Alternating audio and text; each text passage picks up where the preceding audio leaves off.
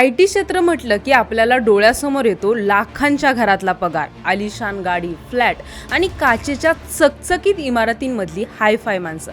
बाहेरून बघणाऱ्याला वाटतं काय नशीब आहे याचं, हे लोक एखाद्या सेलिब्रिटीसारखं आयुष्य जगतायत. पण वरवर दिसणाऱ्या या IT क्षेत्रातल्या लोकांचं पर्सनल लाईफ बघायला गेलो तर बऱ्याच जणांच्या संसाराची होळी झालेली असते.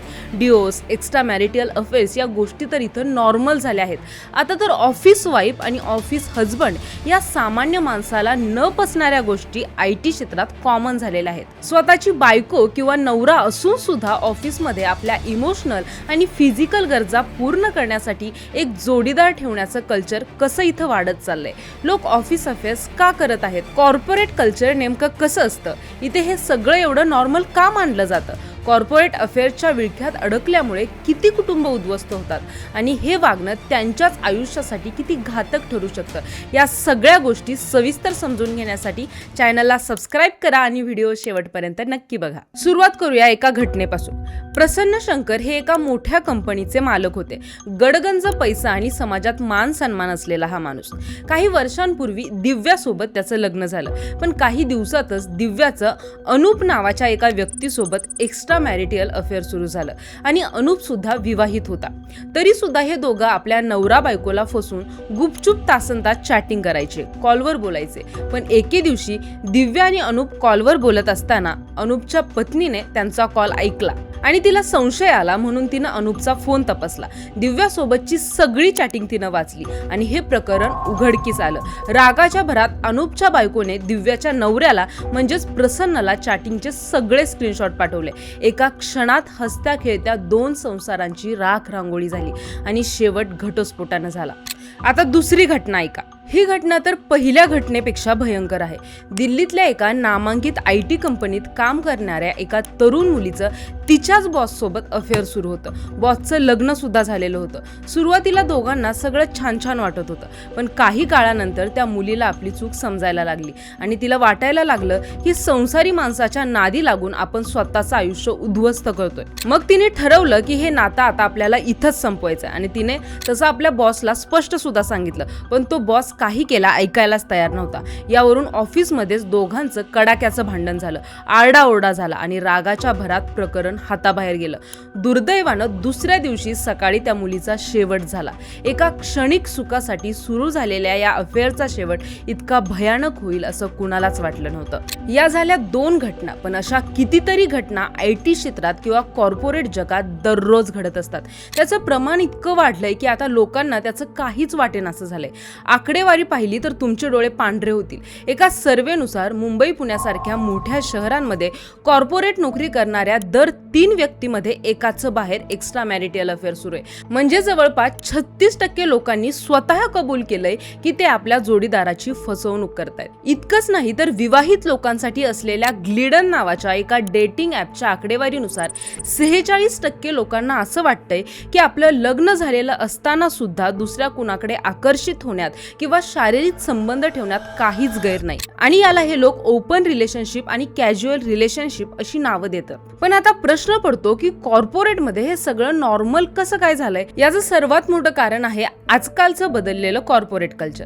आजकाल मोठ्या कंपन्यांमध्ये वन नाईट स्टँड म्हणजे फक्त एका रात्रीपुरते संबंध, रात्रभर चालणाऱ्या मोठ्या पार्ट्या आणि पबमध्ये जाऊन दारू पिणं हे आता रोजचंच झालंय. एखाद्या सणवाराला जसं आपण भेटतो तसं हे लोक दर विकेंडला पार्ट्या करतात. या पार्ट्यांमध्ये कुणाशी फ्लटिंग करणं, मर्यादा सोडून वागणं किंवा समोरच्याशी जवळीक साधणं हे प्रतिष्ठेचं मानलं जातं. तिथे जो माणूस जितका जास्त बोल्ड वागेल त्याला तितकं जास्त स्मार्ट समजलं जातं. जर एखादा नवीनच जॉईन झालेला किंवा साधासुद्धा माणूस या पार्ट्यांना जायला नकार देत असेल किंवा त्याला हे पटत नसेल तर त्याला बोरिंग किंवा गावंढळ म्हणून हिणवलं जातं. त्याला ग्रुपमधून बाहेर काढलं जातं. त्याच्याशी ऑफिसमध्ये कुणी नीट बोलत नाही, तू अजून गावंढळ आहेस, जुन्या विचारांचा आहेस असे टोमणे त्याला मारले जातात. मग या ग्रुपमध्ये टिकून राहण्यासाठी आणि स्वतःला मॉडर्न दाखवण्यासाठी नाईलाजाने काय होईना अनेक जण हळूहळू या या कल्चरचा भाग बनून जातात. आता ही अफेअर्स वाढण्याची कारणं म्हणजे आजकाल ऑफिसमध्ये कामाचा इतका लोड असतो, टार्गेट्स असतात, बॉसची कटकट असते आणि घरी आलं की संसाराच्या जबाबदाऱ्या असतात, मुलांच्या शाळा, पैशाची ओढाताण. या सगळ्या ताणातून सुटका मिळवण्यासाठी लोक अशा बाहेरच्या वाटा शोधतात. अनेकांना लग्नानंतरचं आयुष्य रुटीन आणि कंटाळवाणं झालंय असं वाटतं. अशा वेळी ऑफिसमध्ये जेव्हा एखादी नवीन व्यक्ती भेटते, कोणीतरी आपलं कौतुक करतं, गोड बोलतं, तेव्हा त्यांना त्या नात्यात एक वेगळीच मज्जा येऊ लागते आणि एखाद्या व्यसनासारखं त्यांना हे नवीन नातं हवंसं वाटायला लागतं. त्यांना एका बाजूला कळत सुद्धा असतं की आपलं लग्न झालेलं आहे आणि हे करणं चुकीचं आहे, पण ते स्वतःला समजवतात की मी काही घर सोडून पळून थोडीच जाणार आहे, मी फक्त थोडा वेळ मज्जाच तर करतोय. बरं, असं पण नाही की घरी असलेल्या बायकोवर किंवा नवऱ्यावर त्यांचं प्रेम नसतं, त्यांच्यावर ते खूप प्रेम करत असतात, पण त्यांना ऑफिस मधलं ते क्षणिक सुख सुद्धा सोडायचं नसतं.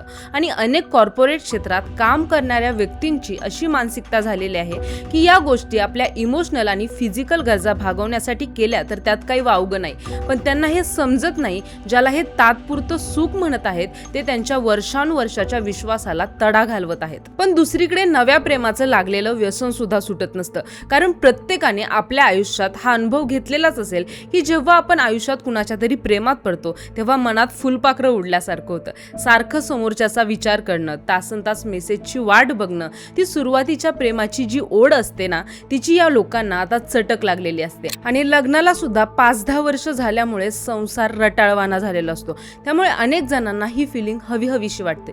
म्हणून घरचा संसार सोडून हे लोक या अफेअरच्या मागे लागतात. आणि काही लोक तर असे असतात की त्यांना ही फिलिंग सारखीच हवीशी वाटते आणि या फिलिंगसाठी ते एका नात्यातून दुसऱ्या नात्यात, दुसऱ्या नात्यातून तिसऱ्या नात्यात जात असतात आणि एखाद्या व्यसनासारखं नवीन अफेअर्स ते करत असतात. स्वतःला मॉडर्न बनवण्याच्या नादात आणि स्वतःला आनंद मिळवण्याच्या नादात ते स्वतःचा संसार आणि नैतिकता विसरतात आणि या जाळ्यात सतत अडकत राहतात. ऑफिस कल्चर मधली अजून एक लाजिरवाणी बाजू म्हणजे आपलं पद वाढवण्यासाठी किंवा बॉस कडून पैसा उकळण्यासाठी अनेक मुली किंवा मुलं आपल्या बॉस सोबत रिलेशन ठेवतात. आजच्या जीव घेण्या स्पर्धेच्या युगात प्रत्येकालाच लवकरात लवकर यशाची शिखरं गाठायची आहेत, मोठा पगार हवा असतो आणि मोठी पदं मिळवायची असतात, पण हे यश मिळवण्यासाठी लागणारी मेहनत त्यांना घ्यायची नसते. तेव्हा काही लोक शॉर्टकट शोधतात, ते आपल्या बॉसशी जाणीवपूर्वक जवळीक वाढवतात आणि ही अफेअर्स अजूनच वाढायला लागतात. आता आजकालच्या धावपळीच्या युगात नवरा बायको दोघं पण जॉब करतात. सकाळी घराबाहेर पडलं की रात्री 8-9 वाजता दोघंही थकून भागून घरी येतात. दिवसभर ऑफिसमध्ये डोकं लावून इतका थकवा आलेला असतो की घरी आल्यावर एकमेकाशी 4 शब्द नीट बोलायची सुद्धा ताकद उरत नाही. अशा वेळी नवरा बायको मध्ये जो संवाद व्हायला पाहिजे तो संवाद कमी पडायला लागतो आणि आपल्या भावना कुणाला तरी सांगायला, संवाद साधायला एक इमोशनल नीड जाणवायला लागते. नवरा बायकोला आधीच एकमेकांना द्यायला वेळ नसतो आणि त्यात भर पडते सोशल मीडियाची आणि मोबाईलवर दुसऱ्या जोडप्यांचे फोटो आणि व्हिडिओ बघून ते कसे फिरतायत, एकमेकांना काय महागड्या भेटवस्तू देतायत हे बघून अनेक लग्न झालेल्या व्यक्तींना वाटतं की आपलं आयुष्य किती बोरिंग आहे. मनामध्ये तुलना सुरू होते की बघ त्याचा नवरा त्याला दुबईला घेऊन गेला आणि हा साधा हॉटेलमध्ये न्यायला सुद्धा याला वेळ नाही, अशा चर्चा सुरू होतात. या अपेक्षांमुळे त्यांच्या मनात जोडीदाराबद्दल चिडचिड वाढते आणि जेव्हा घरचाच माणूस आपल्या या इच्छा पूर्ण करत नाही तेव्हा या अपेक्षा पूर्ण करण्यासाठी आणि रिकामी जागा भरून काढण्यासाठी एंट्री होते ऑफिस अफेअरची. पण कधी माणूस ही अफेअर जाणीवपूर्वक सुद्धा करत नाही. ऑफिस मधलं वातावरणच तसं असतं, कारण जवळपास दिवसाचे 9-10 तास IT क्षेत्रातले लोक ऑफिसमध्ये असतात, एका टीम मध्ये असतात, त्यामुळे एकमेकांशी संवाद सतत सुरू असतो. पर्सनल गोष्टी शेअर होतात, हळूहळू स्वभाव मॅच व्हायला लागतात आणि जर तुम्ही कधी टेन्शन मध्ये असला तर घरच्या व्यक्तीकडून धीर मिळण्याऐवजी ऑफिसच्या त्या व्यक्तीकडून आपल्याला धीर मिळतो आणि इमोशनल बॉन्डिंग हळूहळू वाढायला सुरुवात होते आणि हळूहळू हे नातं या 2 व्यक्तींना एकमेकांच्या खूप जवळ आणतं आणि ऑफिसचा हा सहकारी तुम्हाला इमोशनल सपोर्ट देऊ लागतो. तेव्हा मैत्रीची मर्यादा कधी संपते हे समजतच नाही. जो वेळ आणि जी ओढ घरी जोडीदारासोबत असायला हवी होती ती आता ऑफिसच्या सहकार्यासोबत वाटू लागते. सुरुवातीला जोपर्यंत दोघांनाही चांगलं वाटत असतं, कुणालाच काही कळत नसतं, तोपर्यंत ठीक असतं, पण जेव्हा हे भांडं फुटतं ना तेव्हा 2 कुटुंबांची राख रांगोळी होते. सर्वात मोठा फटका बसतो तो विश्वासाला. वर्षानुवर्ष एकत्र राहून जो विश्वास कमावलेला असतो तो एका सेकंदात कोसळतो. एकदा का नात्याला असा तडा गेला की मग तुम्ही कितीही माफी मागा किंवा कितीही रडा, ते नातं पुन्हा पहिल्यासारखं कधीच होत नाही. संशयाचं भूत मनात बसलं की कितीही नातं सावरायला गेलं तरी पहिल्यासारखं होत नाही. ज्या आई वडिलांनी आपल्याला लहानाचं मोठं केलेलं असतं त्यांना समाजात मान खाली घालून जगावं लागतं आणि सर्वात जास्त वाईट होतं ते आपल्या लहान मुलांचं.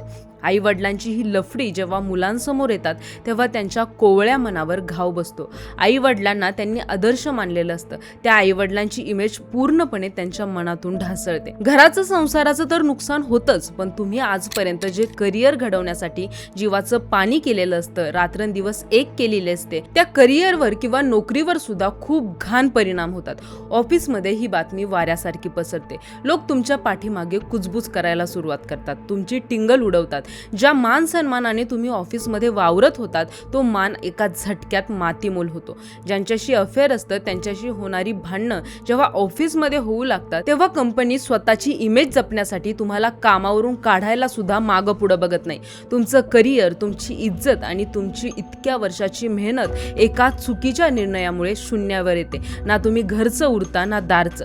शेवटी हातात उरतो तो फक्त पश्चाताप आणि उद्ध्वस्त झालेली माणसं. म्हणूनच विवाहाचं नातं चांगलं ठेवण्यासाठी मानसोपचार तज्ञ काही गोष्टी सांगतात. त्या म्हणजे आपलं नातं टिकवण्याचा प्रयत्न करा. आपला संसार एका बाहेरच्या व्यक्तीसाठी पणाला लावू नका. तज्ञांच्या मते काही छोट्या छोट्या गोष्टी असतात ज्या संसार टिकवण्यासाठी महत्त्वाच्या असतात. सगळ्यात पहिलं म्हणजे एकमेकांना वेळ द्या. लग्नाच्या सुरुवातीला आपण जे एकमेकांना सरप्राईज देत असतो, नवीन नवीन गोष्टी आपल्या जोडीदारासाठी करत असतो, त्या छोट्या छोट्या गोष्टी सरप्राईजेस अधूनमधून करत जा. कधी काही आपल्या जोडीदाराने आपल्यासाठी चांगलं केलं तर त्याचं मनापासून कौतुक करत जा. कधी कधी सुट्टी काढून सोबत फिरायला जात जा. या सगळ्या गोष्टींमुळे चांगल्या मेमरीज क्रिएट होतात आणि तुमचं बॉन्डिंग अजूनच स्ट्रॉंग होतं. आणि सर्वात महत्त्वाची गोष्ट म्हणजे घरी आल्यावर आपला मोबाईल बाजूला ठेवून आपल्या जोडीदारासोबत दिवसभरात काय काय झालं, आपल्याला काय वाटतंय हे सांगा. त्याचं पण म्हणणं शांतपणे ऐकून घ्या. इमोशनल गरज असेल तर त्याच्यासाठी प्रत्येक वेळी उभं राहा. मग आपल्या जोडीदाराला इतर कुणाच्या खांद्याची गरज लागणार नाही. आणि जगात कुणीही परफेक्ट नसतं, त्यामुळे परफेक्ट पार्टनरच्या अपेक्षा आपल्या जोडीदाराकडून न ठेवता आपल्या जोडीदाराला आहे तसं ॲक्सेप्ट करा. आणि सगळ्यात महत्त्वाचं म्हणजे ज्या तरुण मुलामुलींचं अजून लग्न व्हायचं आहे त्यांच्यासाठी एक मोलाचा सल्ला आहे की जोडीदार निवडताना फक्त पगार, बँक बॅलन्स किंवा प्रॉपर्टी बघू नका. तुमचे विचार मिळतात का? जोडीदारावर संस्कार कसे आहेत? आपला होणारा जोडीदार आपल्या आई वडिलांशी किंवा घरातल्या इतर नातेवाईकांशी कसा वागतो यावरून त्याचा खरा स्वभाव कळतो. आणि सगळ्यात महत्त्वाचं म्हणजे पती पत्नी होण्याआधी एकमेकांचे चांगले मित्र बना. जिथे मैत्री पक्की असते ते नातं खूप चांगलं टिकतं, कारण एक चांगलं नातं तुम्हाला आयुष्यात खूप पुढे घेऊन जाऊ शकतं. म्हणूनच क्षणिक सुखासाठी आपलं घर उद्ध्वस्त करू नका, कारण घर मोडायला 1 सेकंद लागतो, पण ते उभं करायला पूर्ण आयुष्य निघून जातं. यावर तुम्हाला काय वाटतं हे कमेंट बॉक्समध्ये नक्की कळवा. आणि व्हिडिओ आवडल्यास व्हिडिओला लाईक करा, शेअर करा आणि सबस्क्राईब करायला विसरू नका.